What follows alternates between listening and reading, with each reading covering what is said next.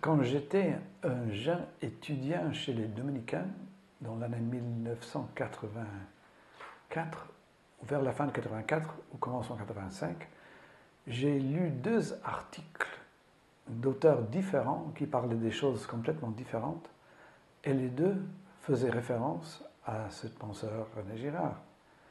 Et c'était la coïncidence qui m'a surpris.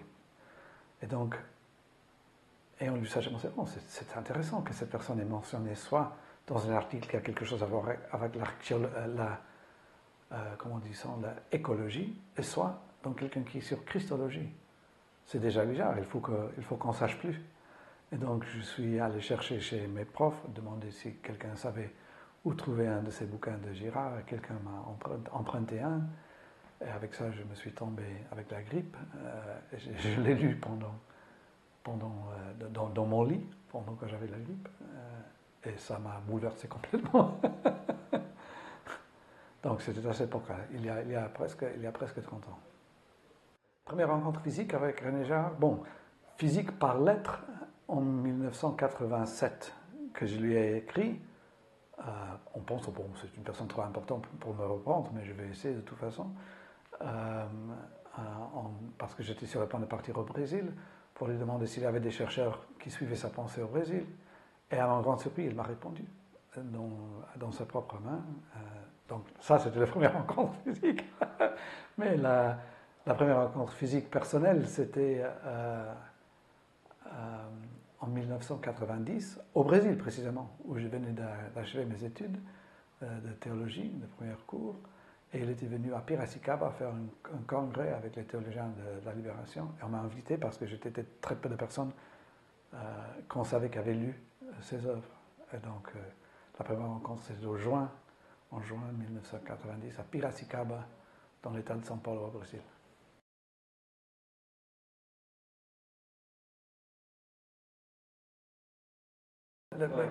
La grande idée, je crois, ce qui est plus important, c'était d'aider à voir comment la tendance anthropologisante chez Girard aide à démystifier toute une série d'excentricités religieuses. Déjà, Karl Rahner a dit que la théologie, c'est l'anthropologie de Dieu. C'est une bonne phrase. Mais si on lit la pensée de Rahner, on n'a pas l'impression qu'il s'agit de l'anthropologie. Mais avec Girard, on trouve que tout est au niveau anthropologique.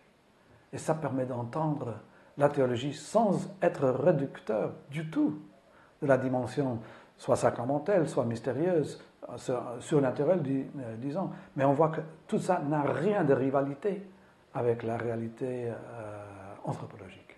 Donc ça, c'est le point fort pour moi.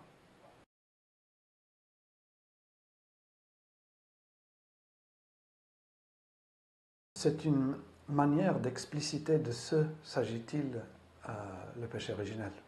Typiquement, les gens commencent à penser le péché originel comme s'il s'agissait surtout d'une question des choses qu'auraient fait Adam et Ève dans le jardin d'Ève. Donc, il s'agirait d'une espèce de paléontologie mythique.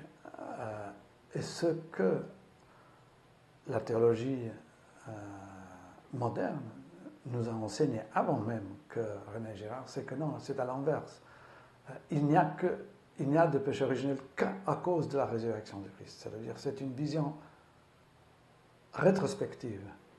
C'est à partir de ce qu'on sait, de ce qu'on pourra devenir, qu'on regarde en arrière et on dit, oh mon Dieu, qu'est-ce que c'était ce que j'étais en train de me laisser devenir.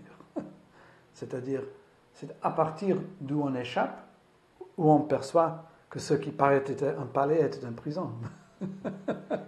De ça il s'agit. Mais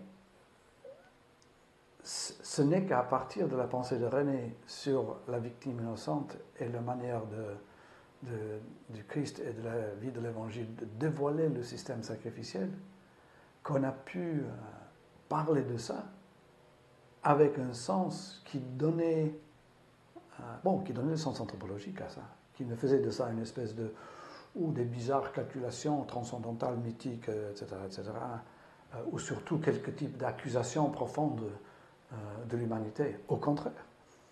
Parce que ce qu'il veut dire, enfin, c'est que qu'est-ce que c'est la doctrine de la péché originel? C'est la doctrine que, dans le cas de nus humains, la possibilité d'être créé est précédée par le pardon. On ne devient humain qu'en étant pardonné. Il ne s'agit que de ça. Mais pour y arriver à une phrase tellement concise, il y a toute une démarche à faire et toute une série de mythologies à défaire, ce qui René nous aide à faire de façon magnifique.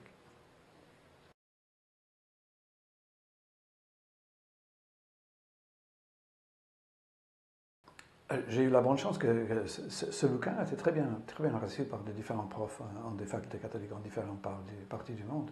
Parce que, évidemment, c'est une approche nouvelle, fraîche, sur une réalité traditionnelle, mais qui est absolument orthodoxe. Les gens le perçoivent. Mais c'est bien, ce que tu dis est à la fois extrêmement traditionnel et extrêmement nouvelle. Donc, ça n'a pas eu du tout de la difficulté dans les facs de théologie. Ça a été très bien reçu par des jésuites à Boston College, par exemple. C'est une des premières facultés de théologie des jésuites aux États-Unis. À Georgetown, la même chose. En Australie, à Melbourne. C'est-à-dire, ça a été assez bien reçu par des gens, disons, très mainstream. Je ne sais pas comment on dit ça en français. D'une ligne centrée, ni très de gauche, ni très de droite, mais qui perçoivent qu'il y a quelque chose de vraiment traditionnel et à la fois une chose vraiment fraîche. Et je crois que c'est la génie de Girard.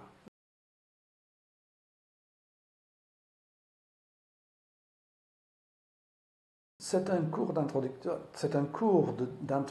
à la foi chrétienne en 12 séances. C'est un cours inductif qui permet à la personne qui le suit de se découvrir à chaque pas d'une façon nouvelle, progressive, cumulative, et c'est tout inspiré dans la pensée de Girard. Donc, je crois qu'il fait qu'on puisse sortir d'une espèce de christianisme qui soit à la fois très idéologique et très moraliste, ce qui est la tendance moderne, pour se découvrir dans quelque chose qui est à la fois très solide, mais aussi que laisse qu'on soit vulnérable, qui permet de découvrir le cœur. Donc, c'est un projet de ce type-là. C'est apparu en anglais et on est en train de réviser la traduction il y a une traduction, la traduction a été faite très très bien en plus. Mais pour qu'il soit publié de façon convaincante, il faut réviser un peu ça. Et donc, on est en train de faire ça.